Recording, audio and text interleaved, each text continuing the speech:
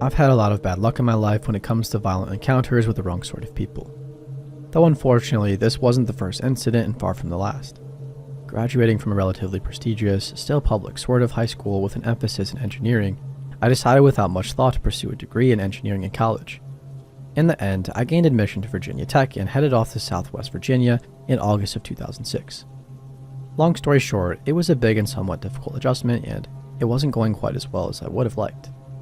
As an interesting aside, on the very first day of classes, in fact, in my very first college class ever, one of the school staff stuck their heads in the door and told us that classes were canceled for the day and that we should head back to our dorms and stay there because there may have been a shooter on campus.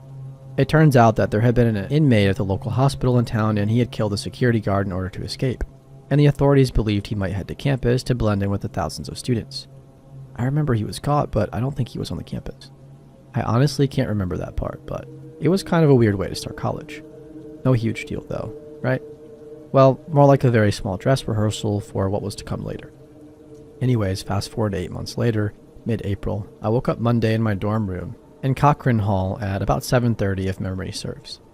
Looking out my window to the northeast, I could see across the courtyard to West Ambler Johnston, and down in the courtyard below was an ambulance.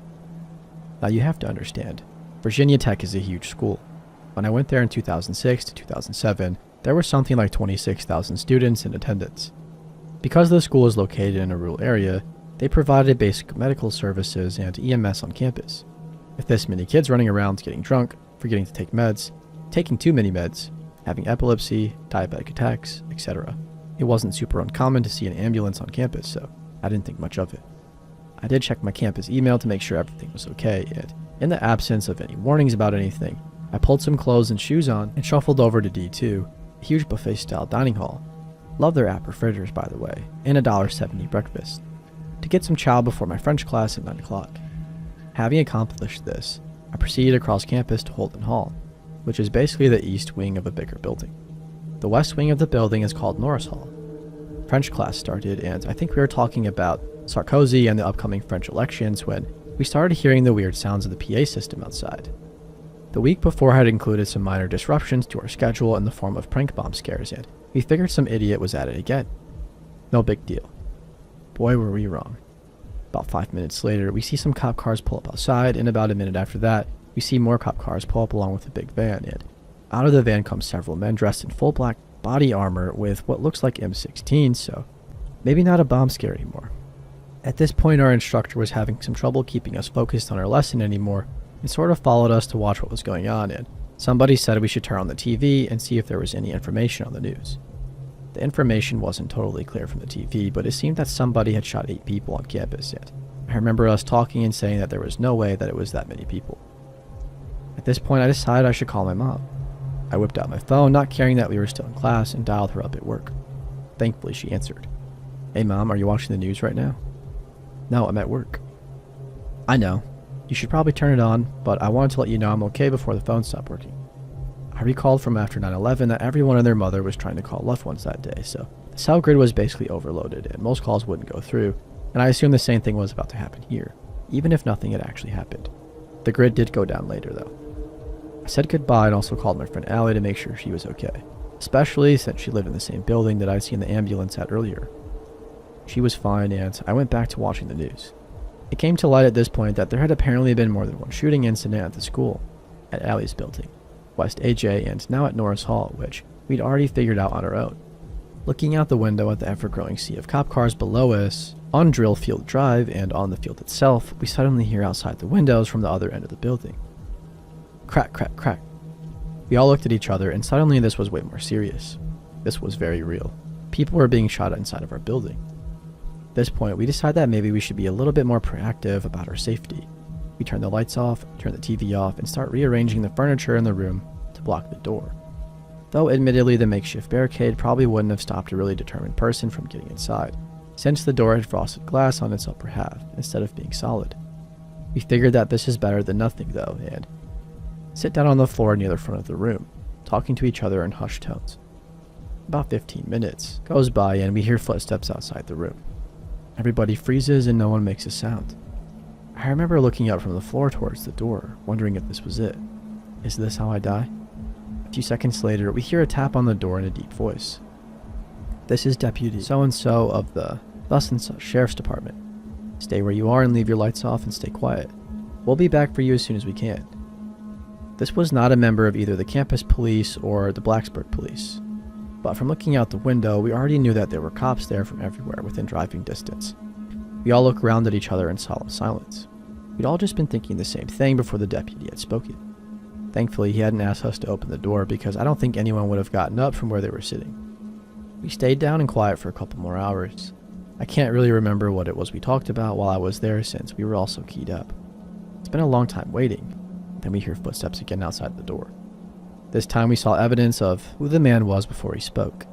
A gold badge, pressed up against the frosted glass, assured us that what we heard was legitimate. This is Deputy so-and-so again. It's time to go. We all quietly got up and grabbed our backpacks. A couple of guys in the class, myself included, started pulling the tables away from the door as quickly and quietly as we could, and then we cracked the door. I think on some level all of us expected that this was a trick, but when we opened the door, standing a few feet away was the sheriff's deputy in uniform with his sidearm drawn and held at his side. He held his finger up to his lips, indicating we should be quiet, and he dropped his voice to a whisper. You're going to walk downstairs as quietly as you can. There are 2 more cops by the door outside, and they know you're coming. Just walk straight outside and don't stop. He nodded at us, and we started making our way downstairs. He got on his radio and signaled. Students coming out. When we got to the midway landing, we could see the front door cracked and a cop peering in. Walking up to the door, he opened it wider to let us pass, and as he did, he looked straight at us and said quietly but very seriously, after signaling on his radio, "Run." Walking out that door in the morning light, I was greeted by a sight I'll never forget. I have never seen so many cop cars in one place in my entire life, and honestly hope I never have to again. There were easily 200 or 300 Crown Vics and a smattering of additional vans, trucks, and commanded center vehicles crowding every inch of space, starting about 100 feet from that door. In front of those vehicles stood a phalanx of at least 40 officers armed with M16s and even a couple of MP5s directly in our path. As soon as we were outside, the several cops to the left and right of this formation waved at us in an unmistakable gesture of, "Move your ass." We ran off to the left of the cops with the big guns, over Drillfield Drive, and onto the drill field itself. And we didn't stop until we were almost to the other side. I read the news online after I got to my dorm. MSNBC had something at the bottom of an article that said something like, "If you have any information about this, please contact us at insert email here." Thinking little of it, I emailed them with my contact info, and within 10 minutes, my phone absolutely blew up. I was beset with interview requests and questions from at least 20 different people, and actually arranged to meet with their crews down at the inn, the on-campus hotel, that evening. I ended up doing 2 national interviews, one on Scarborough Country and another with Geraldo Rivera, who was kind of self-absorbed but was cool enough to order us pizza and sit with us while we ate before the interview. Second with my 2 friends, who had agreed to accompany me down to the circus that the inn had become. I did a few more for local radio stations and some print news before deciding that I had quite enough for the day and went to my dorm to get some sleep. I hadn't really been sold on the whole college experience up until that point, but strangely enough, if anything, the whole experience seemed to bring me and my friends closer together for that last month at school. Check this guy out. An engineering professor who survived the Holocaust and, in his final act, held the door of his classroom shut to give his students time to escape. He died at the scene but was really a hero, and one guy I didn't know from my art history class was killed. The rest of the tragedy is part of the public record. I'm sad to say that I left Virginia Tech after that year, for completely unrelated reasons, and always missed it, but I still talk to my friends from that first year, and I miss both the place and their company. Virginia Tech seemed to have had a horrible patch of bad luck starting in 2006 and lasting for a few years, also including a really gruesome beheading in a dining hall, an accidental death, and a few other crazy things. And a close call with carbon monoxide poisoning for the entire cheerleading team at the end, all in the year following the big shooting. They also had a couple who were attending the school abducted and murdered a few years ago. But IIRC, it happened farther north in the state, I think near Charlottesville. Luckily, I never experienced any of that. I think I'd fulfilled my quota of random bad luck, at least for a while.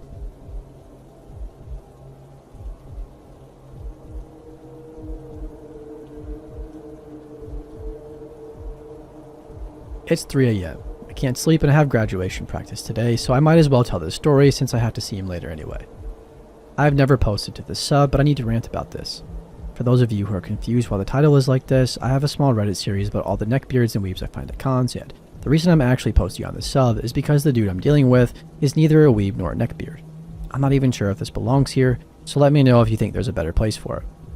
This entire mess started 13 years ago, when I moved to my neighborhood around the age of 5. I was shy and awkward, but as all 5-year-olds do, I wanted to make some semblance of friends, so I tried to talk to my neighbor, Fish, who at the time was also around the age of 5. I didn't realize this was a mistake. Granted, things were normal at first. Fish was kind, albeit somewhat creepy, but at that young of an age, you're easily forgiven for that. And adults don't really see you as creepy either. Fish and I took the same school bus, hung out at lunch, all of that. Now, as most young friendships do, Fish and I started to have distance between us. I didn't make an active effort to talk to him anymore because I had new friends. Plus, at the time, he was getting really strange. I guess that's the best word for it. He started doing reports on only fish sex for some reason.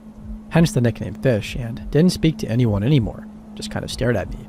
Whenever I had a friend over, he would stare at us from his window and come up to my friend the next day and say he saw us in the yard. If I were in the yard, he'd brag about seeing me to another friend. If my brother were in the yard, he'd ask him to grab me.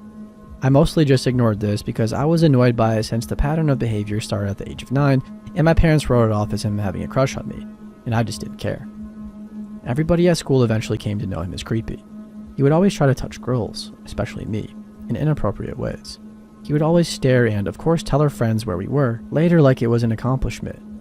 This was the beginning of his obsession with me. But at the end of the day, I think he developed this because I used to be nice to him. Plus, I'm across the street from him. Now, this is personal but important. I have attendance issues when it comes to school. Like most kids, I was bullied, and there was some other personal stuff that I'm not going to delve into right now. And eventually, I did end up being pulled out of school at around the age of 13 to work on my own issues. Fish didn't take well to that. He sat with my best friend every day and asked where I was, why I wasn't going outside as often, and why I wasn't at school. And bless her soul for not spilling all my secrets to him, but instead of moving away from him. I was too far deep in my own issues to worry about him, and honestly, I forgot he existed for a while. He started getting more precise in his reports of seeing me, though. He would still go to my friends, and this time he gave exact times and dates. He would ask where I was, say that he hadn't seen me around in this many days, and that he missed me. Red flags everywhere, I know, but we were still children. Like 13 or 14 at the time, and there wasn't anything we could do about it. When we turned 15, he decided to become more proactive. He stopped talking to my best friend and instead focused his energy on watching me and my brother, who had just started attending the high school. Now, I've never seen this journal, but allegedly, he had been documenting everything he could see me do. And since he watched my yard, he saw me with my first boyfriend. He got mad and stormed over and accused me of cheating. I haven't even spoken to him in years, and I had no idea how to react. He said that he loved me, so I said I was going to call the police if he didn't get off my family's property. He said that he would never give up, and he left. Everything about that just seemed wrong, and that was when I truly started becoming scared instead of annoyed. During my 15th year on Earth, I discovered my sexuality with actually the help of my boyfriend who predicted it. We're still good friends till this day, and I try to be more open again, like I was when I was younger. I was going to a therapeutic day school instead of my public high school. I was still struggling, but I worked hard to be a better person. I also changed my name, although it wasn't much of a change as it was just making it official, since everyone called me that nickname anyway. I guess he heard about the fact that I'd come out as lesbian and took it as a personal insult. He started changing everything about himself, and he had pretty much attempted to become my perfect boyfriend. And now he turned into anti-me. These are just some examples, so don't get butthurt, please. Obviously, I respect all opinions, and I'm not attacking yours, just stating my experience. I was for repealing the Second Amendment, he was against it. I was obviously for gay marriage, and he was against that too. I'm agnostic, not religious at all. At the age of 16, he found our Lord and Savior Jesus and became his school equivalent to a preacher kind of. And of course, I really like anime, and he really hates anime. Not for the last opinion. I'm not saying this lightly. I like anime a lot actually, as the title suggests. I work as a professional part-time cosplay model. I travel around the country and make my living working with photographers and cons alike.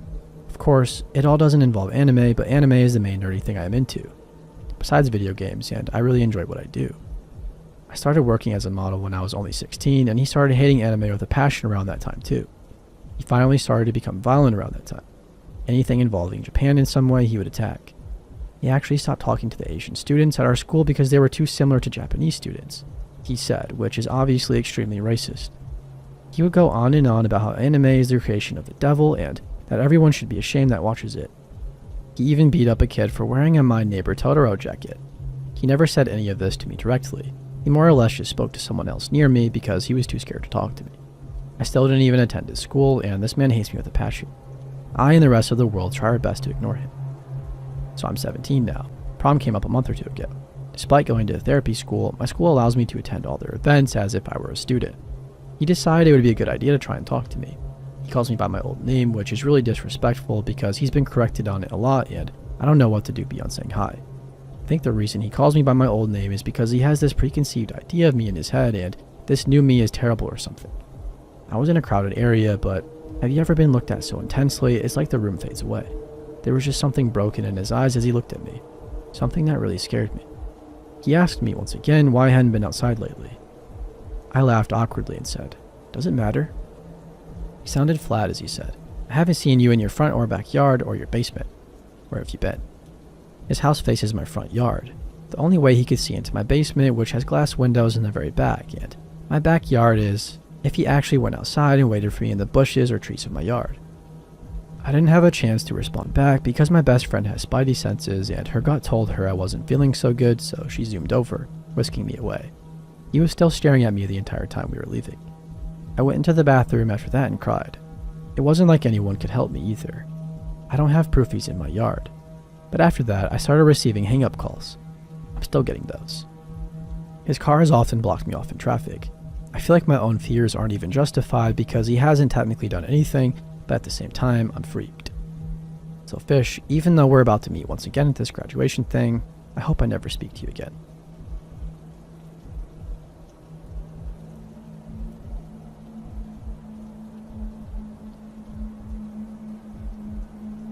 This happened in January or February of 2002. I, female, had just turned 21 and was living with my father in Ohio. For context, I was extremely naive and living a pretty directionless life. I'd grown up in an affluent area of Seattle, gone to private school and gone on to college, and dropped out. I was dealing with some kind of depression, partying a lot, hanging out with the wrong crowd, hooking up with random strangers. My mom didn't know what to do with me, so she sent me to live with my dad across the country in Columbus. Now, I'd been living in Ohio with my dad and pretty much lived like an entitled teenager. I did have a job in retail, but other than that, I sat around and didn't do much. My dad is an alcoholic and didn't help much. At some point, seeing him passed out in the living room one morning and working a dead-end job kind of got me wanting to return home to Seattle. My mom was unwilling to let me live with her again. I called my best friend at the time. Her mom was like my family. They didn't have a lot of money, but bought me a bus and a train ticket back home. They said I could stay with them until I got back on my feet. I was relieved. My dad was sad to see me go, but he agreed to drop me off at the bus station downtown. The thing is, he had to take me before his work shift. My bus didn't leave until later in the afternoon, so I'd basically have to wait from 9 a.m. until we boarded. My dad was very nervous about leaving me there. He warned me that the station was in a rough part of Columbus, and that I needed to be careful. So he drove me to the Greyhound station. It was surrounded by people waiting for their buses, a few stragglers outside the entrance. It was cold outside that day. Inside the bus terminal, it was pretty empty. Dad helped bring my luggage inside, 2 large suitcases containing all of my possessions. If I didn't want to be dragging them around with me all day, I had to pay to store them in a locker by the desk. I can't remember exactly how much, but I was broke and couldn't spare money for that.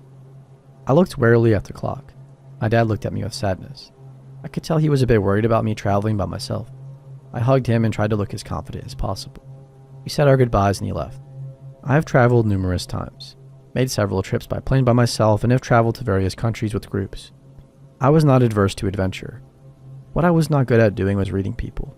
I genuinely saw the good in everybody and had never had a negative experience, even at 4 a.m. in downtown Seattle. If you know anything about Seattle, it has a robust public transportation system, and I was no stranger to weirdos, drunk people, and hostile exchanges between people on the bus. I'd usually just ignore people or continue walking. In this situation, I felt I was totally in my element as I'd taken public transportation many times alone. Back to the Greyhound station, I decided to go outside and have a cigarette. The conundrum was that I had to keep an eye on my 2 suitcases. I positioned them near the front desk in such a way that I could see them clearly from the front entrance. I then head outside to get my nicotine fix. I stand off to the right of the front door. I'm smoking and trying to shuffle through my extremely cheap and very ugly purse, which contained my passport because, duh, I was totally irresponsible and lost my driver's license. As I'm shuffling around, a man with a large knitted hat asks me for a cigarette. I glance at him. Sure. I hand him one and a light. We chat briefly and I study his face. He's not unattractive, not scary looking. Maybe a little disheveled, but I couldn't tell if he was homeless. No immediate red flags. I felt safe as the outside of the terminal was littered with people, some smoking like me, others walking briskly to their destinations. Notably, an older gentleman is standing opposite me, on the left side of the entrance. As I'm talking to the man in the hat, this older gentleman seems to be staring at me intently. You'll understand why soon. The man in the hat asks me where I'm from, if I'm catching a bus, and comments on the cold. In passing, I casually lament that I am running low on smokes. He looks at me and says, "Oh, there's a gas station just around the corner. You can get some from there." I think this through for a moment. My bus wouldn't come for hours. I could easily grab a pack and be back in time. Something stops me, however, as I remember my luggage sitting unattended. I said I'll think about it and turned back inside. Hours passed, and every once in a while I would go back outside to smoke. The man in the hat seems to be there every time. At one point he mentions the gas station again. "It's just right there. I can take you." Again I decline, and it's not because I'm scared, it's because I'm worried about my luggage. I go back inside. The last time I went outside, the street was eerily quiet. Nobody there. I grab another cigarette and place my purse on the ground by my feet. I look up. The man in the hat is there. He asks for money. This is where my gut finally turns and I feel uneasy. I say I don't have much and I can't help it. I hurriedly finish my cigarette as I'm suddenly very aware that my purse is lying next to my feet exposed. I lean over quickly to pick it up and mumble something about going back inside. As I raise up my hand, a man in a hat reaches out and grabs my purse and says, "Let me help you with that." My body seems to drain itself and I immediately grab my purse closer to me. "I'm good," I say. The man in the hat suddenly switches from a harmless random dude into a nasty thief. "Give me the purse," he hisses. He says it through clenched teeth, like he's trying to be quiet. I'm struggling against him now. Desperate as I realize no one is here to help me, I start screaming, "Help!" The man in the hat is shoving me with his hip now and pushes me against the wall. He tells me to shut up. I'm super desperate now. This guy could easily pull out a knife and shank me or punch me. I cling to my purse and hope that the cheap handles hold together. His hands are on mine and he shoves me again, calling me all kinds of names. I scream more. From the left, I suddenly hear, "Are you okay?" Remember the older gentleman from earlier? He seemingly steps out of nowhere and loudly asks me what was going on. I shot the man in the hat hard with my left thigh, and I think he realized at that moment that if he did anything to me, he could be identified. He lets go of my purse and runs off. I'm shaking and run tearfully inside, leaving the older gentleman outside. I was too frightened to say thank you. I spent the rest of that day hovering by the front desk. I was terrified. I thought of the 3-day trip ahead of me and shook with dread. I held my purse in my hands with a vice grip. When my time finally came to board the bus to the train station, I glanced in terror over the other passengers. No way I was sitting next to anyone. Every person became a potential criminal. I slumped into a seat and cowered by the window, then heard a voice behind me. "I was going to warn you," said the voice. I whipped my head around. There was the older gentleman, casually sitting behind me. My eyes were probably as large as dinner plates. I knew he was targeting you. You need to be more careful. I tearfully thanked him. He just stared out of the window and nodded. We didn't speak again. That moment changed my life. My struggle with the man in the hat must have only taken 30 seconds, but the repercussions lasted even 20 years later. I think back to how adamant the man in the hat was about me going around the corner to the gas station. My hair still stands on end when I think about it. Would he have robbed me over the few measly dollars in my purse? Murdered me? Worse? Who knows? It chills my blood to think about that. I spent the next 3 days paranoid and unwilling to leave my luggage unattended. Clung to my purse and used it as a pillow on the train when lying down. When I used the restroom, I rolled my luggage into the tiny bathroom with me. I didn't sleep, didn't eat. In chilling contrast, the train trip was quiet and uneventful. Staring out the window as we entered Washington State, the snowfall and evergreen trees weighed down by the heavy snow. I was no longer the naive and reckless young woman at the Greyhound station. I was a changed person.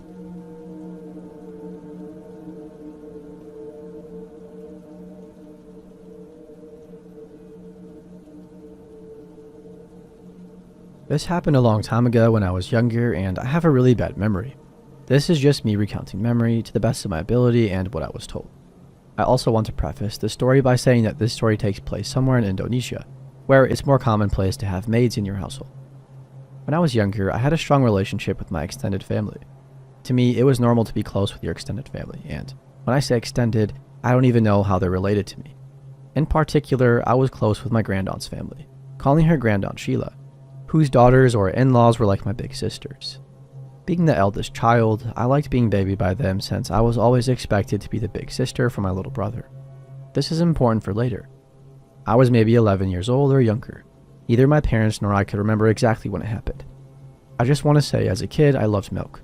I still do, though I tend to stick with skim milk now. When I was younger, I had a favorite local brand that had the usual strawberry flavor. The brand was called Ultra Milk. It was always cool that I was drinking something pink. Unbeknownst to my parents, a gift basket had shown up at our doorstep, and the maids had taken the gift, thinking it was a present from one of my mother's friends. My parents had even seen the gift basket and didn't think much of it. It was full of fruit, sweets, etc. The usual kind you would send to someone maybe on a special occasion. It should have been weird that there wasn't a special occasion, but another weird part was that usually gift baskets had a card or something to indicate where they had come from, but there was no indication of who it had come from at all. But the maids had overlooked it and my parents didn't notice at the time. They had assumed the head maid had checked it through. She didn't. In the gift basket, there was my favorite tiny carton of my favorite milk, even strawberry flavored. I had lessons with a tutor, and oftentimes, the maid accompanying me to the lesson would bring me snacks of food since the tutoring would take a few hours. I was at my tutor's house, and she was teaching me about the homework I got today when I got thirsty, and I got my carton of milk to take a sip. I was ready to take a drink of the extremely sweet, artificially flavored strawberry milky goodness, but something was wrong. It didn't taste right. I don't remember what it tasted like, but I just knew it was wrong. I remember describing to my parents that it felt like I licked the bottom of the foot of a metal frame chair I had in my room at my desk. It just tasted awful. Thinking that maybe it was spoiled, my mom had warned me about drinking spoiled milk and how it can really upset your stomach. I immediately, without swallowing, grabbed some tissues at the table and spat out the mouthful into the tissue and was surprised to see sort of weird metallic beads in it. Like metal, but it was liquid. I had never seen anything like it and I was confused. My tutor was even more confused and horrified that I just spat out a strange metallic substance from my mouth. I didn't really understand what was going on, but my tutor asked to take the carton of milk where I had tried to drink from and told me to just continue working while she went to investigate. Apparently my tutor and her head maid went outside and poured a bit more of the milk into a tissue, and there was more of this weird metal liquid in there. She asked me if I had drunk any of it, and I told her that maybe. I took maybe a sip and swallowed before I realized that something bad was in there. After that, my tutor apparently called my mom and told her that I had been possibly poisoned. I went home without finishing my lesson, becoming slightly concerned that maybe something was wrong. I went home and I don't really remember what happened after that. There wasn't a poison center in my country and no emergency services that would really respond. Third world country and all of that, so my parents took me to a doctor to have blood tests. I remember being pulled out of school. My mom wanted me to stay home from school for the next few days, which was great for me. No one told me the severity of the situation though, and my mom just told me that she wanted me to chill at home for a while. No school, and I get to have fun? No way, so I did. I stayed home and watched Avatar, The Last Airbender on DVD, while my parents were fretting over the idea that I might have been poisoned by mercury. The gift basket had been taken apart and stored to eat for later. It was all reassembled, and my parents tried to go with this to the police, but they really couldn't do anything, since we literally had no leads on where this gift basket came from, since it had no card, and the police really couldn't care less about our situation, to be honest. I don't really know what happened, other than I was pretty cool of staying home and playing. My life at home wasn't perfect, though. I got some issues with my parents, but they were really nice to me during this time, so I enjoyed it a lot since I didn't really understand. I think my parents kept a lot of things from me to keep me from getting scared. My parents even took me overseas to Singapore, even taking the liquid found in the carton with them in a tin or whatever to show the doctors there, where I got tested some more and didn't seem to have any signs of poisoning. I didn't swallow enough of it. I'm not sure if it really was mercury. No one has ever told me, but at the end of the day, everyone was glad that I didn't drink enough of it to get affected by whatever it was. Now to get in the suspect part. My parents later told me that they had a sneaking suspicion that it was possible that Grandaunt Sheila was the one who tried to poison me. I didn't know this at the time, but around the time of the incident, Grandaunt Sheila was found to have stolen gold and jewelry from my parents' store for years, worth thousands of dollars. My parents were furious and wanted to report her to the authorities, but my grandma, her sister, loved her too much and instead just cut contact with her. Since then, Grandaunt Sheila has seemed to want to enact vengeance over being caught and has been trying to get back at us. My mom warned me that I couldn't play with the big sisters, Grandaunt Sheila's daughters, anymore since they did something very bad, and to never get into a car with him if they showed up at my school, but it didn't click into my mind until now. Thinking back, Grandaunt Sheila was close enough to me to know that I loved drinking milk and maybe tried to hurt my family, even if it meant hurting her grandniece. Not sure what I would be to her. We could never confirm it was her, but Grandaunt Sheila has continued to be a thorn in my family's side for years now. Though my parents have learned a lesson and ensured that whenever we received a gift basket, there had to be a name on it. My grandmother doesn't believe her sister did it though, but my parents firmly believe that she was responsible. But we have no proof other than her horrible character. We've received weird gifts like black seeds and hair that was supposedly some sort of witchcraft thing. Witchcraft and sorcery are popular things in Indonesia, believe it or not. We assumed that this was all from Grandaunt Sheila, who still lived in the same city as us. It only made sense. My parents never bought me the Ultra Milk brand again, which I was okay with since that moment spoiled the Ultra Milk brand to me forever. I was reminded of this story while drinking strawberry milk the other day, a different brand. I'm no longer living in Indonesia, not in the same country as Grandaunt Sheila.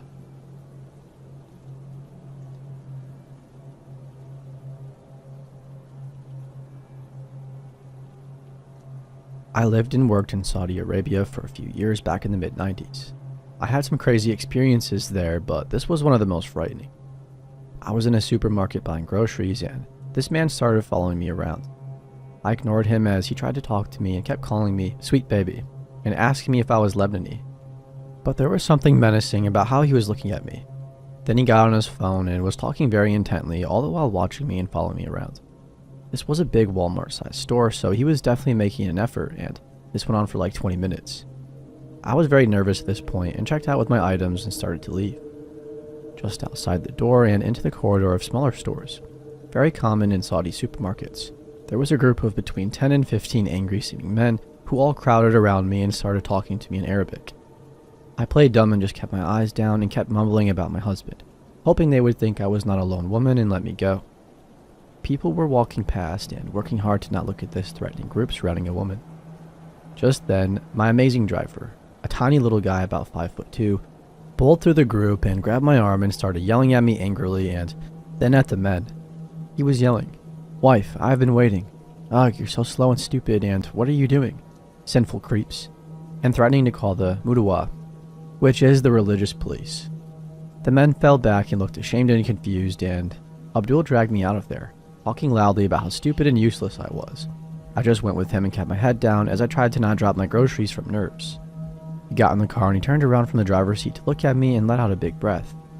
He looked terrified. He said he was so frightened for me.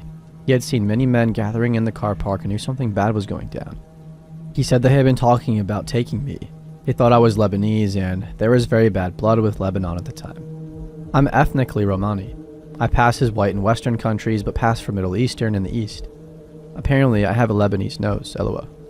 He told me there had been some kidnappings in the last month, with the victims found burned alive in tires outside of the city. Abdul was a shit shooter, but he had gone whiter than me as he told me all of this and was genuinely shaking and afraid, so I don't think he was exaggerating. After that, whenever I was sent out on errands, he always came in with me and pretended to be my husband, which was a huge risk to us both. If the Mudawa caught us, they would have imprisoned us and he would have gotten it way worse than me too. He was an amazing person to stick his neck out like that for a jerk like me.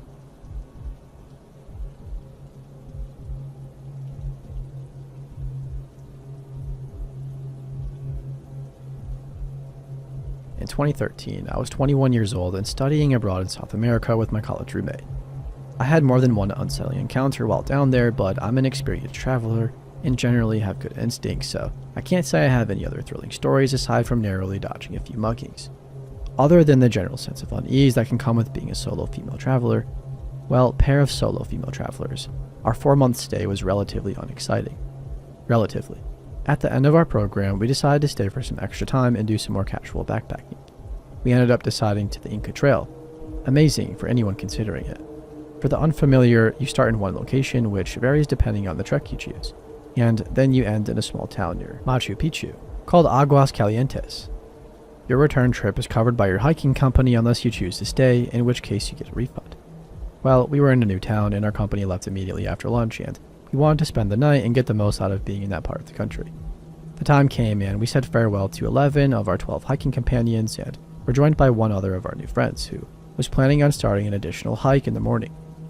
Our guides gave us our refund and gave us very careful instructions on how to get back to Cuzco, the city we had originally departed from.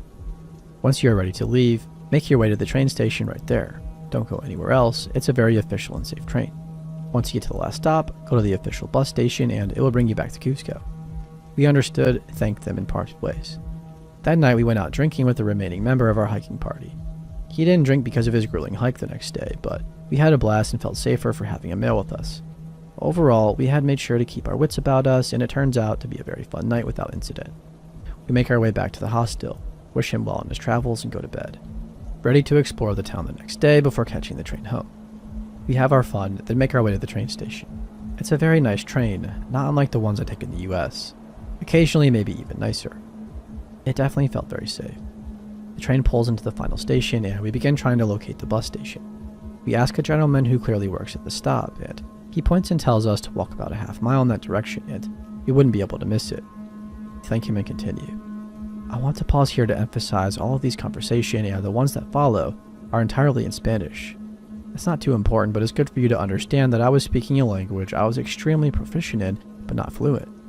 It's not too difficult for native speakers to talk quickly and avoid being understood. We walk for what actually does not seem like enough time, less than a half mile for sure, before coming across the bus station. I'm shocked to say the least, but I'm also reminding myself that I come from a much nicer part of the world and I need to put aside my preconceived notions. It has a sign clearly labeling it the bus station, and it says to Cuzco right on the sign. To be clear, it's not a fake sign. It's similar to a sign marking a gas station from a freeway. A big thick pole, and the actual sign was probably 50 feet in the air. It cannot have been a temporary trick, otherwise I would have been much more suspicious. Aside from that sign though, well, it was something alright. The buses were all the classic bad news white vans. You know the ones. Again, I checked myself. How many people could possibly travel to Cuzco in a day here? It wouldn't make sense to have a giant 20-plus seater bus doing the trek every day. There's a tiny wooden building, presumably an office, underneath the big sign, but we didn't need to go in there as there are two gentlemen standing outside near the vans.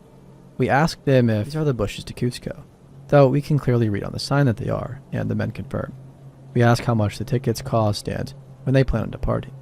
They give us the price and say 5 to 10 minutes and then direct us to a van to sit and wait in. We both sit down and I'll admit it, I'm uneasy. Again, I'm an experienced traveler and I do know not to expect modern luxuries in the less developed parts of the world, and there's nothing outwardly sinister about this bus stop, but it just wasn't what I was expecting, even for the area. My roommate does not seem to be sharing any of my trepidation, however. She's a bit more sheltered and generally trusting, so that's fairly in character for her.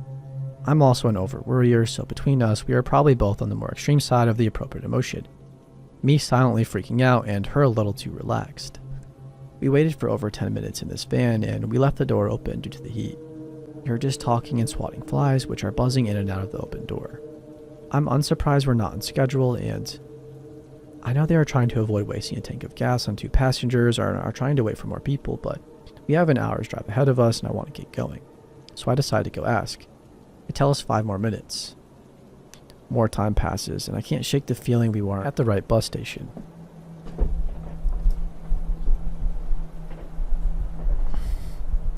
Though nobody made mention of there being more than one in a tiny town, so I kept telling myself I was being irrational. I decided to go see if anybody is in the office and just get more information. I open the door and walk in without much hesitation. Given its positioning under the giant sign, well, I walk into what is clearly a residence and like 15 sweaty Peruvians cooking beans and looking as shocked to see me as I am to see them. I stammer out, is this the bus station? They look confused and then go, oh, the bus? Yes, the bus. Go outside. Talk to the men. Bus to Cuzco. I back out and apologize for intruding. I go back to the van to report the experiments to my roommate, right as another girl walks up and says, bus to Cuzco? She is clearly a native Spanish speaker and not a foreign tourist. The men immediately say yes and place her in a different van, which makes no sense if they are trying to fill one van to take us to the same place. This skeeves me out more than anything else that's happened yet.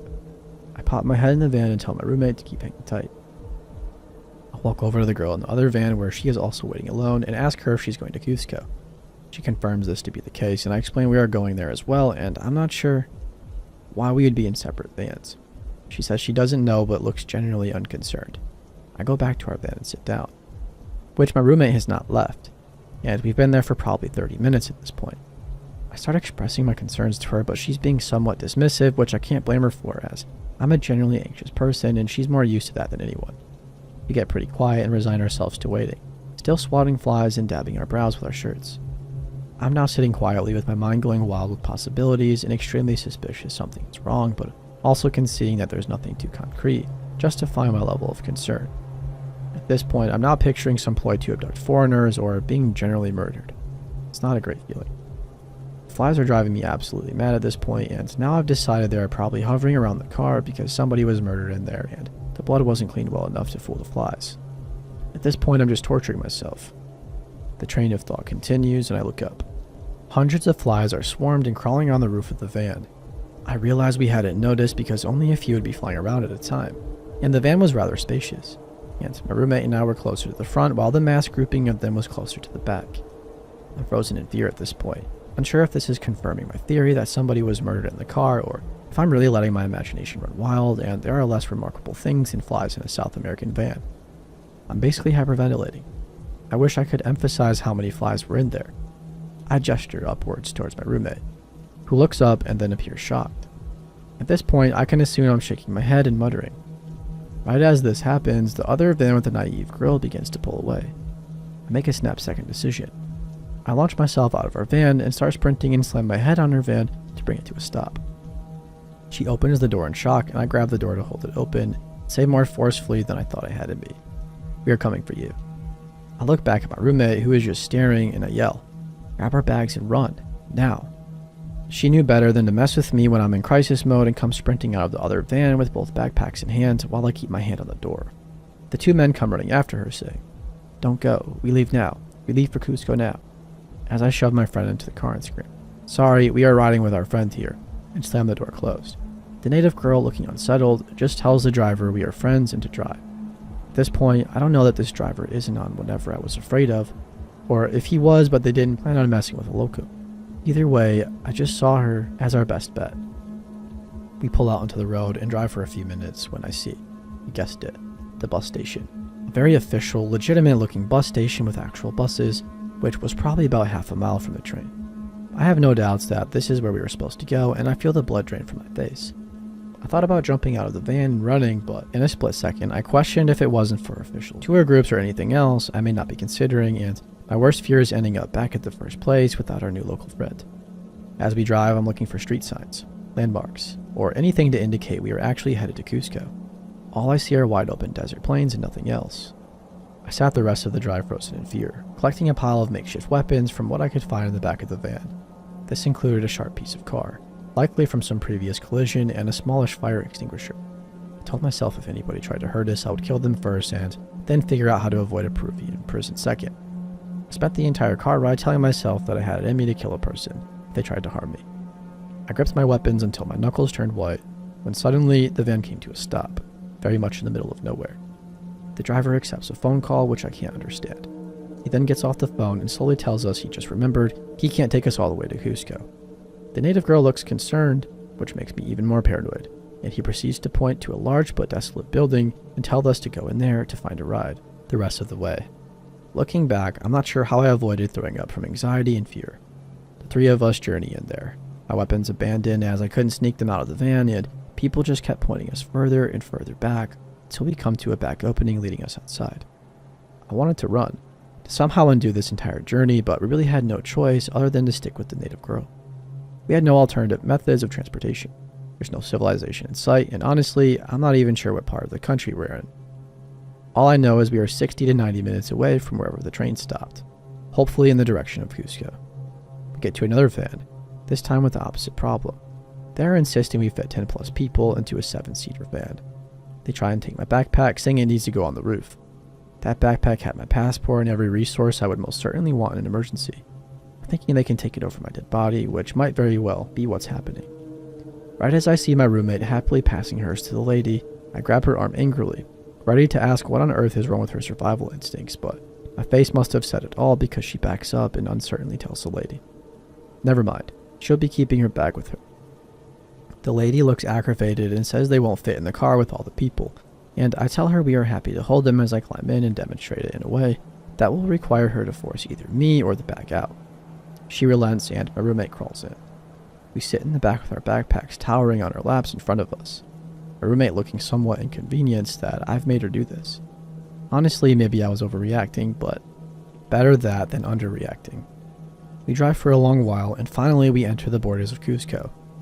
On the one hand, I'm relieved because I now know exactly where we are, but on the other hand, the surrounding areas outside of the main square are extremely dangerous shanty towns, and we are the only foreigners with giant backpacks on the bus.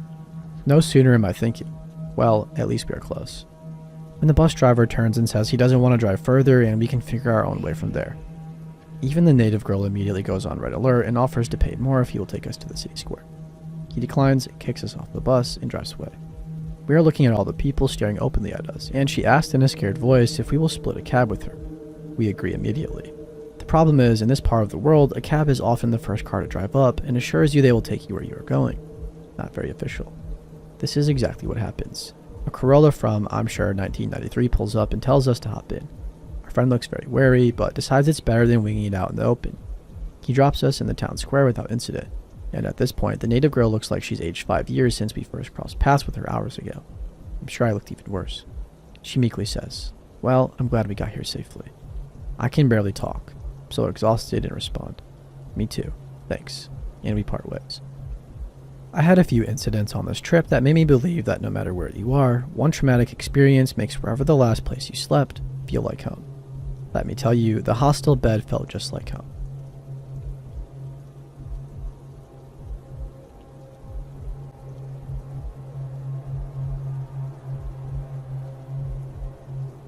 I work about a mile from my house in a pretty small town, 100k-ish, very spread out. I grew up in one of the largest cities in the state, so living here has been a bit of a culture shock. It's very easily accessible by walking, so I never drive. About half a year ago, I finished work around 1 a.m. Nobody is really out past 8 p.m. here. A huge shock coming from a big city, so the park I walked through was utterly deserted. I live in one of the safest countries in the world. Not America anymore, so it's easy just to forget about how vulnerable I still am as a small female. I honestly didn't feel uncomfortable at any point of my walk until I rounded the corner past some basketball courts nearby my house. I was still about 2 minutes away from home, and this stretch of my walk was completely dark. The moon was massive that night. While I had welcomed its light at the beginning of my journey, in the absence of streetlights, it actually made things look pretty eerie.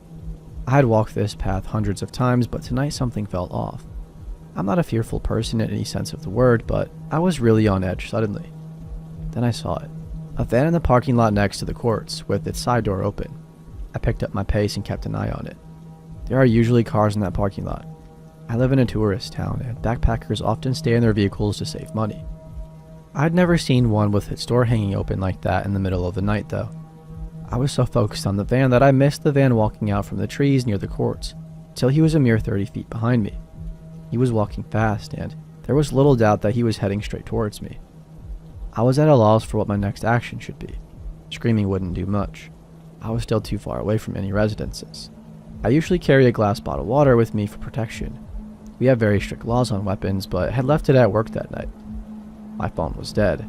Everything I knew better than to do, I'd done.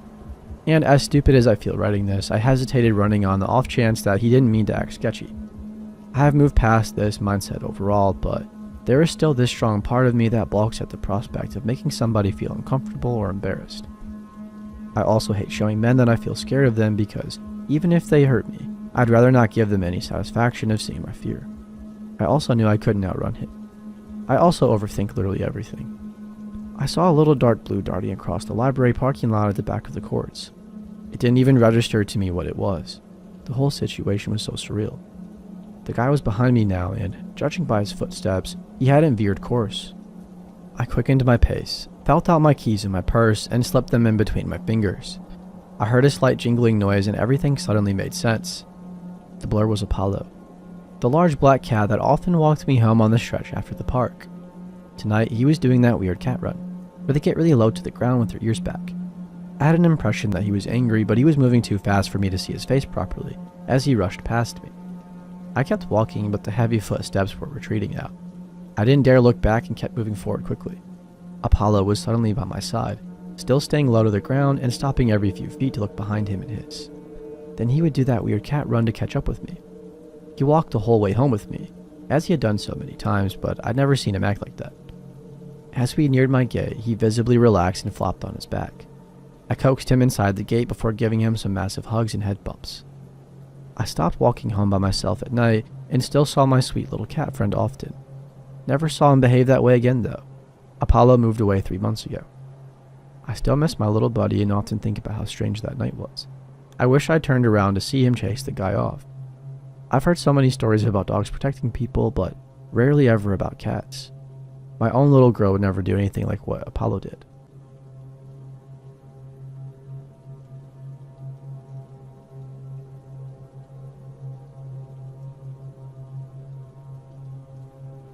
I want to start out by saying that nothing I'm about to describe is dramatic on its own. That's the whole point, and that's what makes it hard to explain to people. When I try to tell this story out loud, I watch people's faces, and I can see them waiting for the scary part. And I honestly have to tell them, every part was the scary part, I just didn't know it yet. My uncle passed away in the springtime 3 years ago and left me his property in his will. He and I had been close when I was young and drifted apart as adults the way people do. And when he died without a wife or kids, apparently I was the person he thought of.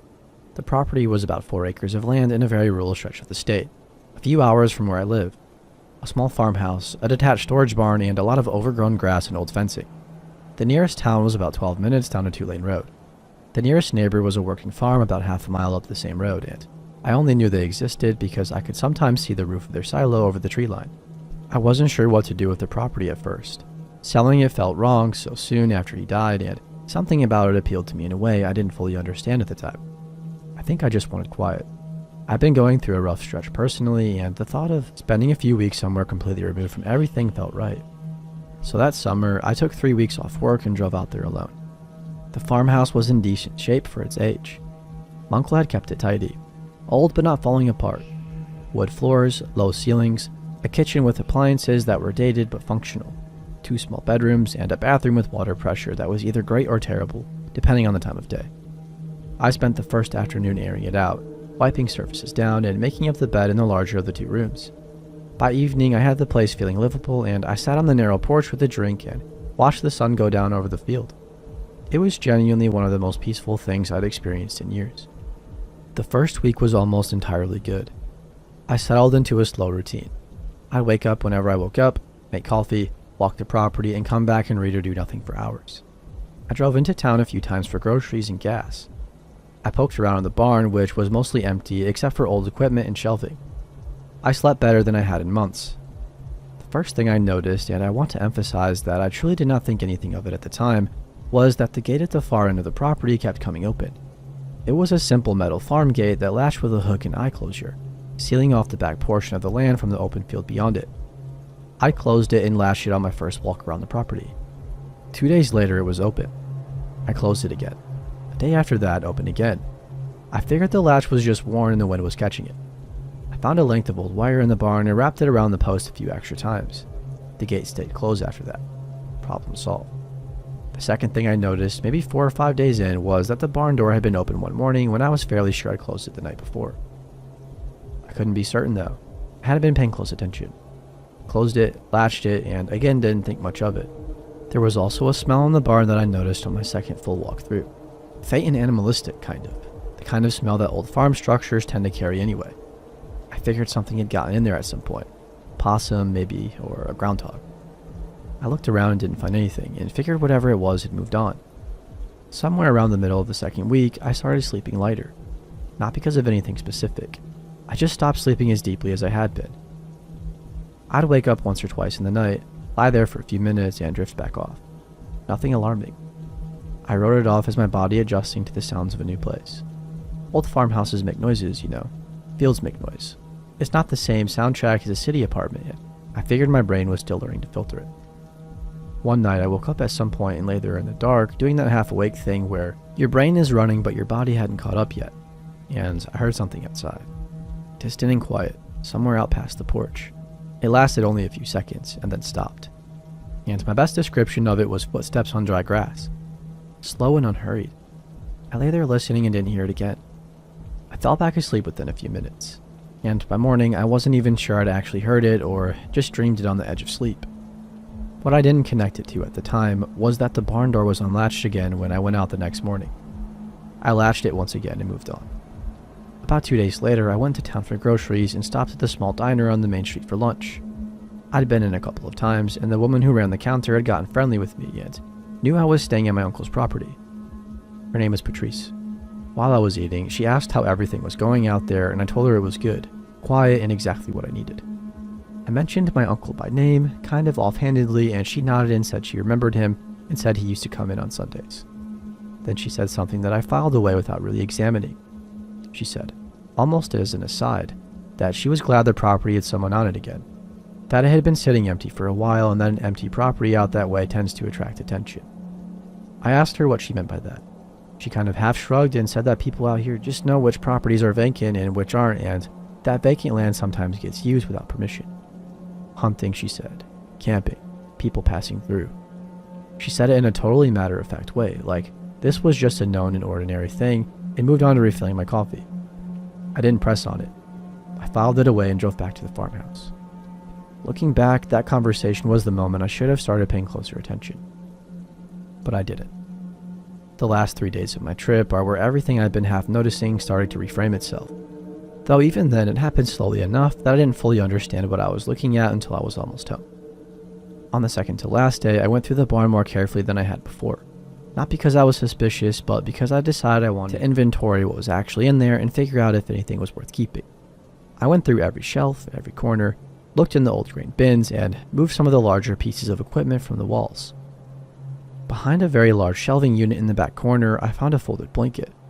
Not ancient, not dusty the way everything else was in the barn. Relatively clean. I stood there holding it for a moment. I told myself my uncle had probably left it there. Maybe used the barn for something at some point and draped a blanket over something, and it slid down behind the shelf. I sat on top of the shelf and kept moving. I also found tucked near the base of the wall behind where the blanket had been, 3 empty tin cans. Food cans. Labels all gone, clean enough that they'd been rinsed, stacked neatly. I stood there looking at them for longer than I stood looking at the blanket. Then I picked them up, carried everything inside, put it all in the trash bin, and went inside and made lunch and watched something on my laptop, and didn't let myself think about it too hard. That night I woke up again, and this time I heard it much more clearly. Footsteps on the porch. Not inside, but outside, on the wooden porch just beyond my bedroom window. 2 or 3 steps. I lay completely still in the dark. I didn't hear the door. I didn't hear anything else. After 5 or 10 minutes of absolute silence, I turned on every light on the ground floor and looked out every window. I could see the porch clearly from the kitchen window. Empty. The field beyond it was dark and still. I checked the barn. The door was open. I didn't sleep the rest of that night. I sat in the kitchen with the lights on until it got light outside, and then I packed my things, locked up the farmhouse, and drove home a day early. It was the drive home, 3 hours alone with nothing to do but think, where I finally let myself lay every single thing out in sequence. The gate, the barn door, over and over. The smell in the blanket. The cans, the footsteps twice. Patrice said the property attracted attention when it was vacant. The fact that I had been there for nearly 3 weeks and there was a folded blanket and rinsed food cans behind a shelving unit in my barn. Someone had to have been using that barn. I don't know for how long. Possibly just since I arrived, possibly for far much longer. Possibly since my uncle got too sick to be out there regularly. I don't know if they knew I was in the farmhouse or thought it was empty. I don't know if the footsteps on the porch were curiosity or something else. I don't know what they wanted or whether they ever came close to coming inside. What I know is that I spent 3 weeks out there completely alone, sleeping lightly and waking to sounds I talked myself out of, closing a barn door over and over and deciding each time it was the wind, telling myself small things were nothing while somebody was apparently sleeping in my barn, 50 feet from where I lay in my dead uncle's bed. I've been back once since, in the daytime with 2 friends. I haven't stayed overnight. I'm not sure I will ever again.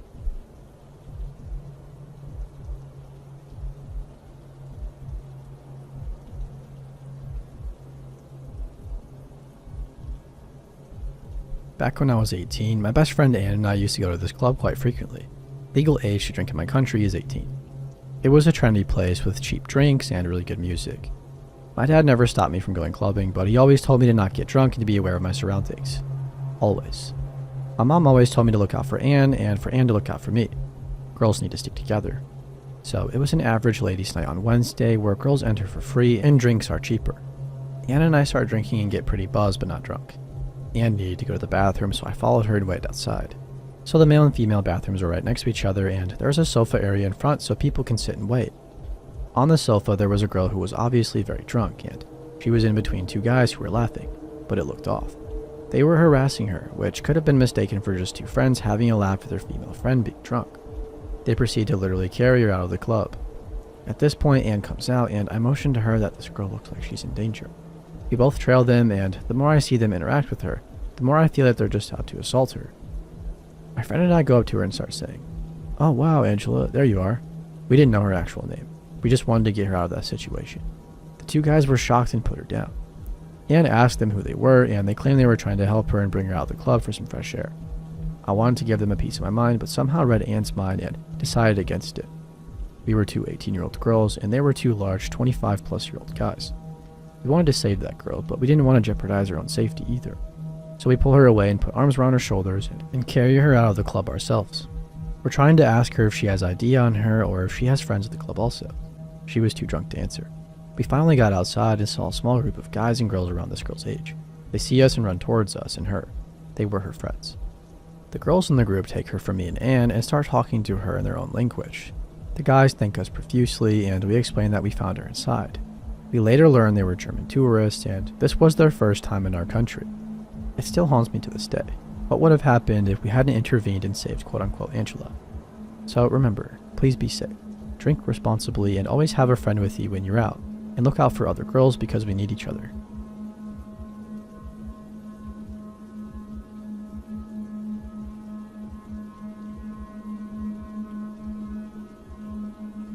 So about 12 years ago, I was 9 years old, and I was home alone with my 12-year-old brother. We were supposed to go to my aunt's house to have lunch and wait for my mother there. We always did that because we were too young to stay home alone, according to my mom. Got up at 10:30 a.m. I took a shower, then my brother. After that, we were both in the bathroom brushing our teeth and finishing up with that when we heard somebody knocking on the door. Since every time someone knocked at our door, they turned out to be salesmen or Jehovah's Witnesses, we kind of waited for them to go away. After a couple of minutes, I went to see if they were still outside through the window, and nobody was there. What a relief. We continued getting ready when we saw a shadow go by through the bathroom window, which was kind of like a small square made with that kind of glass that makes everything behind it really blurry. We waited and saw it in case it was just a bird flying by when a hand hit it, clear as day. We got scared. We didn't know what to do. My brother had his cell phone, so he immediately called the police. While it was ringing, we heard a loud bang at the door. Somebody was brute forcing it. I don't know if they were kicking it or ramming it, but it was one of the most frightening things I've ever heard. My brother told me to lock the bathroom door, so I did. It took 5 bangs so the perpetrator could finally bash open the door. Then the police answered. I remember the exact thing my brother said. He was whispering and his voice could barely be heard. "Hello, there is someone in our house. I think they're stealing." Then a pause. "We're at, insert our address here." Another pause. "I'm with my little brother locked in our bathroom. Please hurry." While all that, I was sitting against the wall, hugging my knees. It was one of the most nerve-wracking experiences ever. I could hear the man going through all of our stuff, emptying stands, going up and down the stairs, and opening cabinets. He even broke a few cups and plates. Don't know why. Then I heard the sound my cell phone makes when it turns off, and I remembered leaving it on the kitchen table. I felt so stupid for leaving it there. Things continued for a couple of minutes when we heard him trying to open the door of the bathroom. My brother got a hold of a big metal rod we had lying around there. He started kicking at the door. "Who's there?" the man screamed. We said nothing, and another kick, then another. I felt like I was about to have an anxiety attack. My chest started to ache and I had chills. I was also really hot. I tried to remain calm, but it was just too much. After that, he finally stopped. We heard the door opening and then more silence. We waited for almost 10 minutes before going out of the bathroom. The living room was a total mess with lots of papers and books on the floor. The cabinets were open, cups and plates on the floor, and our mother's bedroom had been gone through as well. The nightstand and closet were open, and everything inside them was all over the place. Upstairs in our room, it was the same thing. About 5 minutes, the man was able to go through everything we had and left a total mess. After that, my brother called my mom and she ordered us to go to my aunt's ASAP. So we did. When we got there, I was a little bit more relaxed. My aunt was waiting for us with ice cream, probably because my mother told her everything and she wanted to calm us down a bit. We went back home at about 5 p.m. My mom told her boss she had a home emergency, so she left early. She tidied up the house, cleaned up, and left everything the way it was before so we could be relaxed. I really appreciated her effort and my aunts to calm us down and do everything so we didn't have to think about it. According to my mom, the police got home after she arrived. About 4 hours after the incident. She explained everything, but because of the lack of evidence, nothing could be done. The man was never caught, and honestly, I don't think they even tried to search for him. The next day, my mom was home with us. Now I tell this story as a funny anecdote. Luckily, nobody was hurt, and he only took useless stuff, but at the time, I was really scared. To a 9-year-old, an experience like that can have serious repercussions. I'm lucky it never came to that, and I got over that after a couple of weeks. So, yeah, that's my story.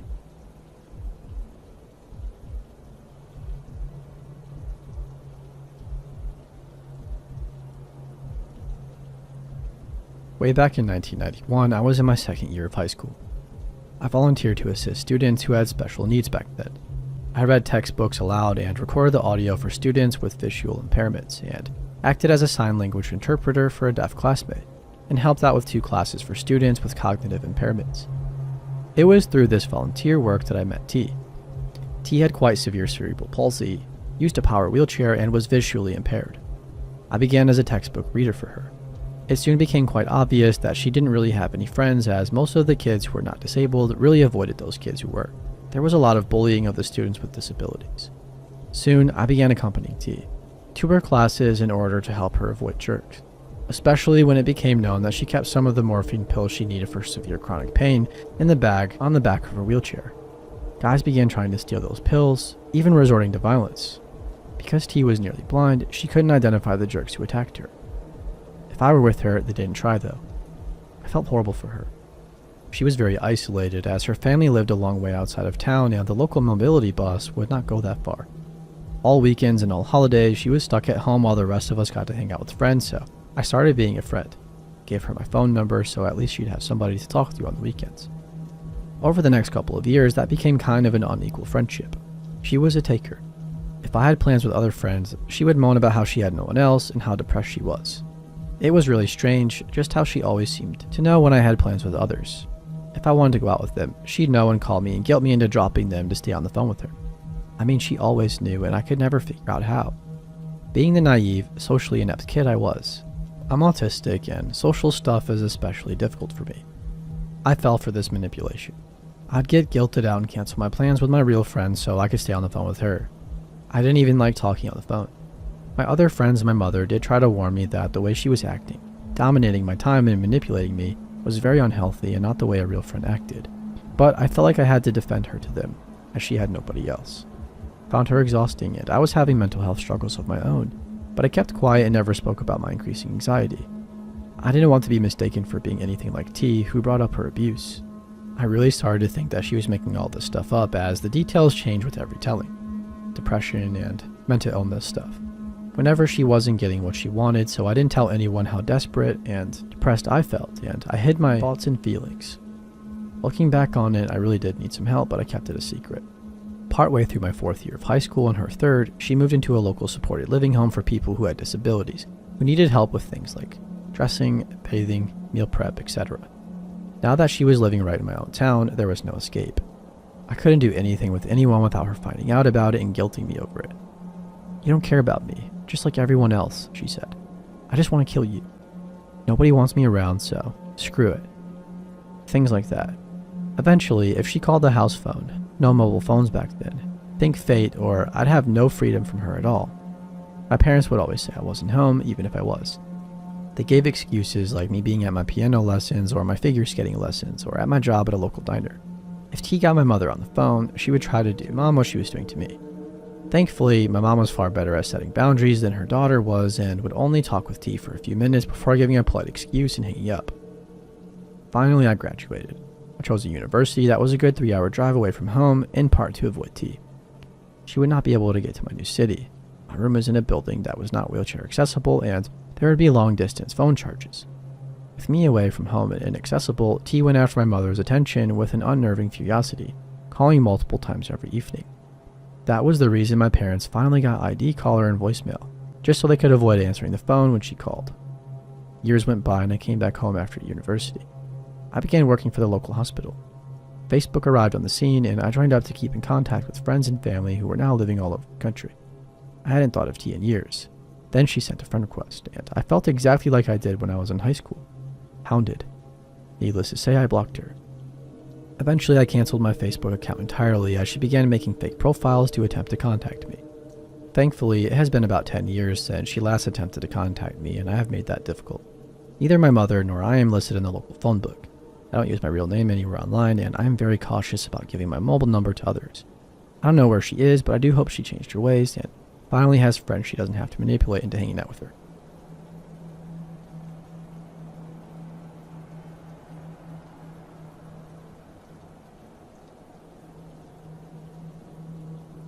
I've hiked most of my adult life.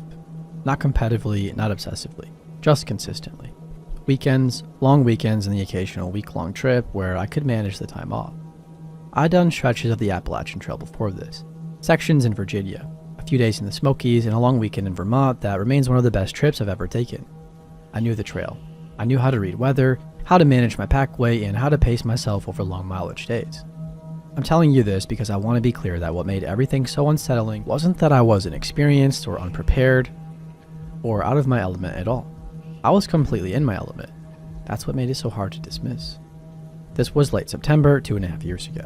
I took 10 days off work and planned to cover roughly a 130-mile section in Pennsylvania, southbound, starting just below the Delaware Water Gap. Pennsylvania has a reputation among thru hikers for being punishing, not because of elevation but because of the rocks. Miles and miles of jagged ankle-breaking rock fields that slow you down and destroy your feet no matter how good your boots are. I'd done a short stretch of Pennsylvania years before and remembered it well. I went into it with realistic expectations and solid footwear, and a route I'd spent several weeks planning. The first 2 days were exactly what I wanted. Cool air, good color in the trees, and light crowds because the peak summer hiking season was over. I covered decent mileage both days, maybe 22 miles combined, which was solid given the terrain. I stayed at a shelter the first night, a lean-to-style structure shared with a retired couple from Ohio doing a section hike of their own, and we had a good conversation over dinner and turned in early. The second night, I tented about a mile past the shelter because the shelter had filled up by the time I arrived, and I preferred the solitude anyway. Slept well both nights. Everything was good. Day 3 is where I want to start because that's where I first noticed something I didn't like. I'd been hiking since early morning and had stopped at a water source around midday to filter and refill. It was a rocky stream crossing, fairly wide, and I sat on a flat boulder and ate lunch while my filter did its work. The trail behind me was empty as far as I could see in either direction, which was typical for a Tuesday in late September. I'd passed a few people going northbound earlier in the morning, but hadn't seen another southbound hiker since the previous afternoon. While I was sitting there eating, I had the feeling of being watched. I know how that sounds, and I want to be careful about it because that feeling in the woods can be easily your brain pattern matching shadows and rustling leaves into something intentional. I've had the feeling before, and it was always nothing. But I sat with it for a few minutes, and it didn't go away, and it usually does. I looked at the tree line on both banks. Nothing moved. I finished eating, packed up, and moved on, and within 10 minutes I'd mostly forgotten about it. That evening, I reached a shelter and decided to stay. One other hiker was already there, a younger guy named Peter who was section hiking northbound. We talked for a while, trail conditions, water sources, the usual exchange of information hikers do. At some point, I mentioned I had a strange feeling at the stream crossing earlier, that sense of being observed. Peter laughed a little and said he had a similar feeling that morning, a few miles south of where I'd stopped. He said he'd written it off, but that it stuck with him. We both agreed it was probably deer or some combination of woods brain and too much quiet and left it at that.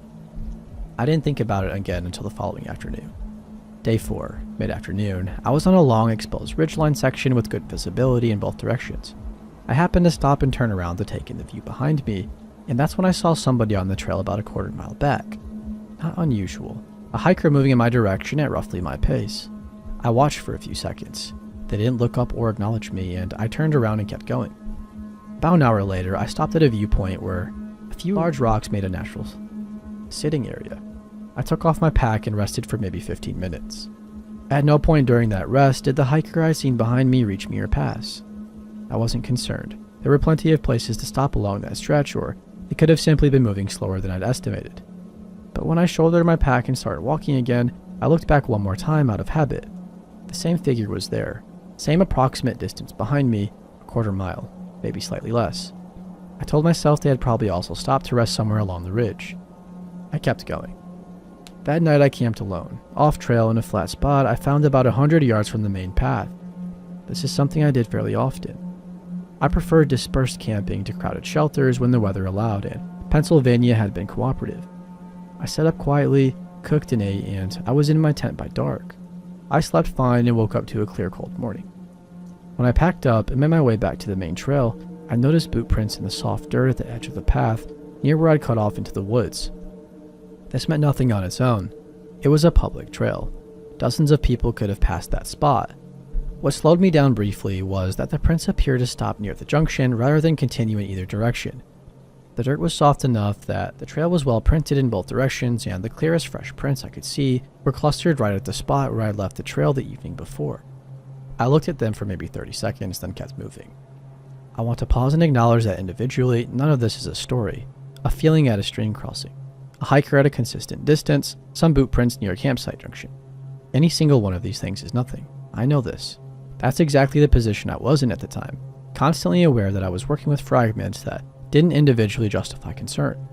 What I can tell you is that something in my gut was beginning to accumulate all of those fragments, even as my rational mind was dismissing each one.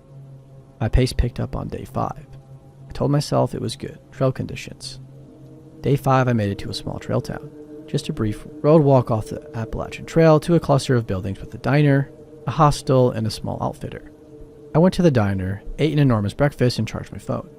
The woman working the counter asked how conditions were, and we talked for a bit. I asked casually whether there had been any reports of anything unusual in that section lately. She gave me a look like she was deciding how to answer. Then she said they had a few reports over the past couple of seasons of a man following solo hikers. Nothing violent, nothing aggressive, just following. Staying back, people noticed him, and he'd back off or disappear, but multiple people had reported the same thing to the point where it wasn't just coincidence.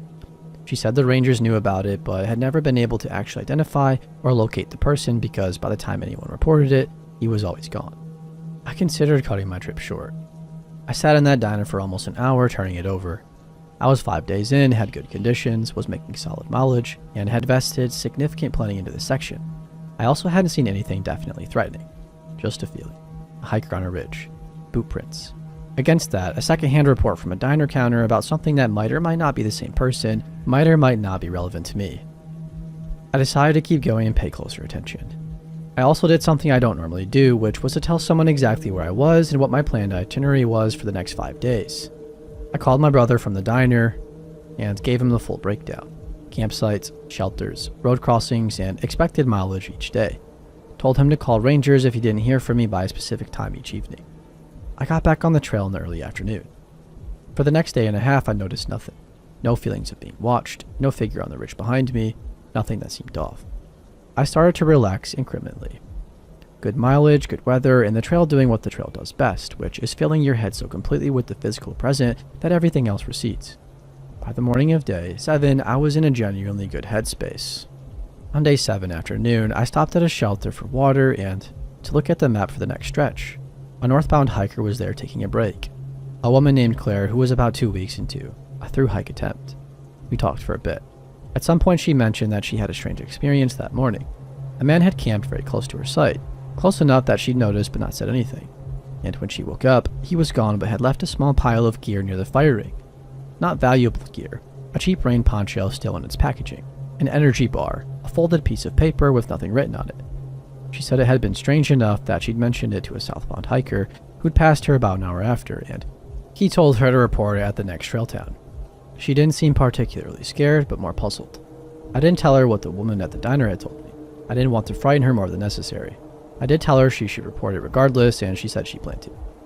After she headed north and I headed south, I thought about what she described for the rest of the afternoon. Gear left behind, a rain poncho and packaging, an energy bar, blank piece of paper. None of it made sense in any direction I turned it. If it was the same person who'd been following me, then he'd been at her campsite that morning, which was behind me and north, and I hadn't seen or felt anything. Either he'd moved north, or there were 2 people behaving oddly, or everything was completely unrelated. Nothing happened that evening. Nothing happened the following morning. Day 8, late afternoon, maybe an hour before I was planning to stop him at camp, I was in a wooded descent, relatively slow going, focused on my footing. I stopped to adjust my bootlace at a flat rocky section, and when I stood up and turned back to look up the trail the way you do when you've stopped, there was a man about 40 feet behind me. He was standing completely still in the middle of the trail, not hiking, not looking at a map or adjusting his pack or doing any of the things you do when you stop on a trail, just standing and looking at me. He was a large man, heavy set, wearing dark clothing that wasn't quite right for the conditions, too heavy for the temperature, no trekking poles. He had a pack, but it was small, the kind of day pack that would be insufficient for overnight hiking. He had a beard and his face was weathered in the way of someone who spent a lot of time outdoors. He was maybe 50 or 60 feet from me now, close enough that the eye contact was unmistakable, and he held it without any kind of acknowledgement or greeting. I turned and kept walking. My pace was not casual. I didn't hear him behind me. I don't mean his footsteps faded, I mean I heard nothing, which on a rocky trail is almost more unsettling than footsteps would have been. I resisted looking back for about 2 minutes, and then I did. Of course he wasn't there.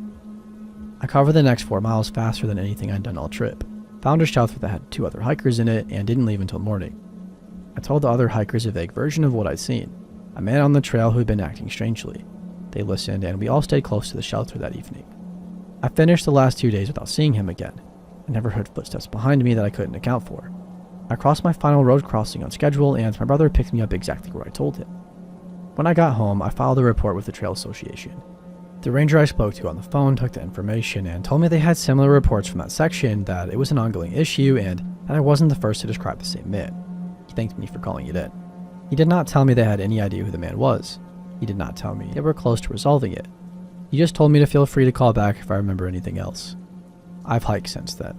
I still go out, but I've never gone back to that section of Pennsylvania, and I don't think I will. It's not just the man, though he was frightening enough standing there in total silence 40 feet behind me. It's the whole shape of it, the way it built over 8 days without ever becoming something I could point to definitively. He never threatened me, never spoke to me, never came close enough to constitute a clear danger. He was just always there, at the edge of what I could prove, until the one moment he wasn't.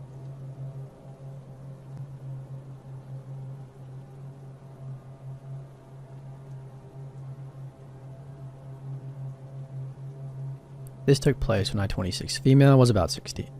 My aunt was in town visiting, and we were coming back from the grocery store. We were driving back to my mom's house. My parents were divorced, and she lived way out in the country. Like, it's a 10-minute drive from anywhere. We pull up our driveway, and a red car pulls in behind us. My aunt and I stay in the car, and the man approaches the driver's side door. I can't rightly tell you why he looked like a creep, but he looked like a creep. Very pasty skin, eyes that were staring too hard, and just overall weird. He claims he is lost and looking for his way to a fitness center in the town next over. The exact fitness center that is about a minute away from where the grocery store is. Literally the opposite direction of where we just came from. Super odd, but I give him directions. He thanks me, but continues to stare at me. He asks me if we know each other, and I replied no. He gives me his name, and I again repeat, no, I do not. A couple seconds of awkward staring, and he asks me what my name is. Well, being an idiot and somewhat feeling anxious, I tell him. That was a mistake. He confirms we don't know each other. Oh, really? And heads back to his car, and we watch him leave. My aunt and I agree he was very strange, but shake it off and take the groceries in. From where we parked, you have to take a little windy path up behind the house to the back door. My aunt goes outside to grab the rest of the groceries, and I settle on the couch in the living room and look outside. The red car is in the driveway. My aunt came upstairs and said the guy was almost to our door and claimed he forgot the directions. My aunt curtly told him, right, left, right, and told him to leave. The directions were truly that simple when following the main roads. I'm freaked. She's freaked, but we've never seen him again. A month passes and I'm chilling at my dad's and post something like, I'm bored at my dad's house. Who wants to chill? On Facebook. Guys, please always set your page to private. Several minutes later, I get a message from the guy asking if I want him to come over.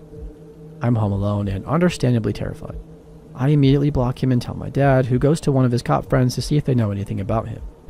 Well, this man was kicked out of a local university for stalking, and had 2 other accounts for stalking on top of that, and a restraining order. Another month goes by, and I'm in study hall with a friend, and he is telling me about this guy who was stalking his older sister. I don't remember the specific details, but it was definitely the story of someone being stalked.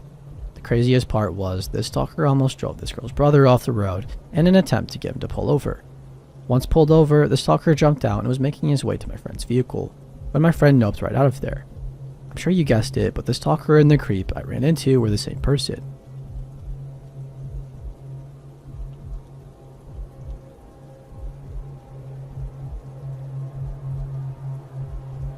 This story is 100% true. If you don't believe me, you can Google Corstorphine Hill murder. I grew up living with my mother and sister. Fairly normal childhood, living in a small town in the UK. I never knew my dad. All I knew from what my mother told me was that he was a bad man. I first met him when I was around 10 years old. It was all confusing. I don't really remember everything, but I think they had started seeing each other again. They saw each other on and off for a few months, and then he would disappear. This carried on throughout my teens until I was about 15 years old. He started to get quite aggressive, and she refused to see him anymore. My mother never told me when I was younger, but he used to beat her to an inch of her life when she was pregnant with me. One afternoon, he came to the door. When my mom wouldn't let him in, he tried to break the door down, shouting he was going to burn down the house and kill us all. He didn't know I was there to witness all of it. I saw him at the front of the house with his hands to his neck, mimicking slitting our throats. The day he got arrested, my mom had a restraining order against him. That was the last time we had heard from him until 3 years ago. I got a postcard through the post with nothing but my name and phone number on it. I instantly recognized his messy handwriting.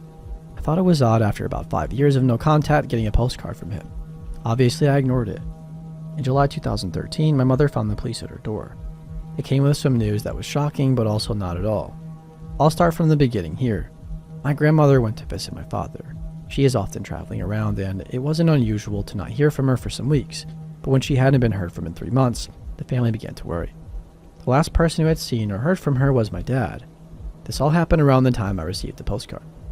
Her going missing had coincided with the discovery of a body around a half-mile from where she was last seen.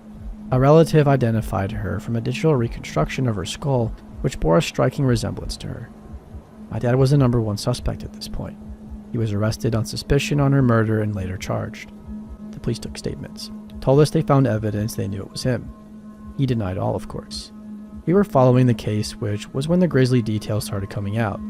They had an argument and he ended up killing, dismembering, and then burying her in a shallow grave. They said she may have been alive when he dismembered her. Strangely enough, his family were on his side and said he was innocent. He later claimed clean about the whole thing. He said he thought she was a reptile in human skin and he wanted to cut her open to see the reptile. He was being held in a secure psychiatric facility but is currently in prison. He has been assessed by multiple psychiatrists who said he has paranoid schizophrenia. He was sentenced to 9 years in prison for manslaughter, not murder. I find it absolutely appalling. He has served 3 years already, so he will be out in 6 years. Somebody who has killed his own mother in cold blood and has made death threats to his own daughter will be out of prison so soon, and it absolutely terrifies me what could possibly happen if he ever finds me or my family. I'm confused about the postcard he sent me around the time he killed her. I don't understand how the justice system could mess up so much and let a potentially dangerous person out of prison so soon.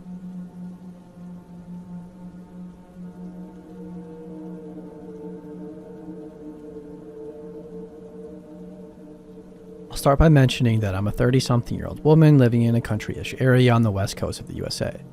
Smaller town, but not terribly small or completely isolated. There are long stretches of land in between some of the homes, though. One of those stretches has a rundown but okay deli that sells wine and other convenience store stuff. I'd been in there before during the day, and all around the people in there seemed really friendly. I'd never gotten a bad vibe off of any of them. Usually, I just got my bag of chips or whatever and left. The worst complaint I could possibly have was that some of them only spoke partial English, but that never really bothered me at all, or interfered with their job. That is, until I finally went there at nighttime. I was having a rough day, so I decided to grab a bottle of wine on my way home from work for the weekend. I took the stretch of road leading to the convenience store and remember thinking that I never noticed how creepy it was at night. If it were raining, it would have been right out of the movie Psycho, where Janet Leigh is pulling up to the hotel. Anyways, I get in there prepared to just grab my wine and get out. But it seemed like the man working at the store at the time had other ideas. When he heard me walk in, he came from the back and had the most intense and frightening, unwavering stare I'd ever seen in my life. I remember trying to physically act nonchalant in response and say something to the tune of, "Hi there." I don't remember him blinking once as he made his way to the register. This whole thing was so creepy, coupled with how quiet the store was and how dark it was outside. I can't remember what exact pleasantries I said after that, but nothing would break his unending gaze. He also wouldn't respond to anything I said. At one point he asked me if I spoke Spanish and I said no. At that point I assumed that it was just him being uncomfortable at not being able to speak English well and felt more at ease. I even felt bad for him, as I'm sure people can be jerks to people who don't speak great English sometimes. That calm didn't last long though. Almost immediately after that he followed up, speaking English very well, with, "You are so beautiful. Do you have a boyfriend?" This immediately threw me off a bit because I'm a chubby lady and was by no means made up, so I did the usual. "Oh, that's very nice. Thank you." After that, he started following up with questions that weren't necessarily frightening, but definitely put me on edge in the context. Stuff like, "Where do you live? You come by here often," and "When will I see you again, beautiful?" I kept saying the usual, "Oh, that's too nice," kind of stuff just to get the heck out of there. After what seemed like an excruciating amount of time, made worse by the unending staring, I finally finished the transaction. I thought I made it home free until I noticed that he was following me outside. He left the inside of the store unattended, staring at me with the same creepy smile the entire time. I fumbled for my keys and tried to start my car and get the heck out of Dodge. The lighting of the front of the store on him against the dark night was enough to make me start freaking out. He just stood there, a couple feet from my car, watching me try to get it started. Didn't say a word, just stared for what felt like 5 or 6 minutes. I'm sure it was shorter, but it felt like longer. When I finally did back out of the driveway and onto the main road, I watched him in the rearview mirror. He stared the entire way up the road until I hit the first curve and he was out of sight.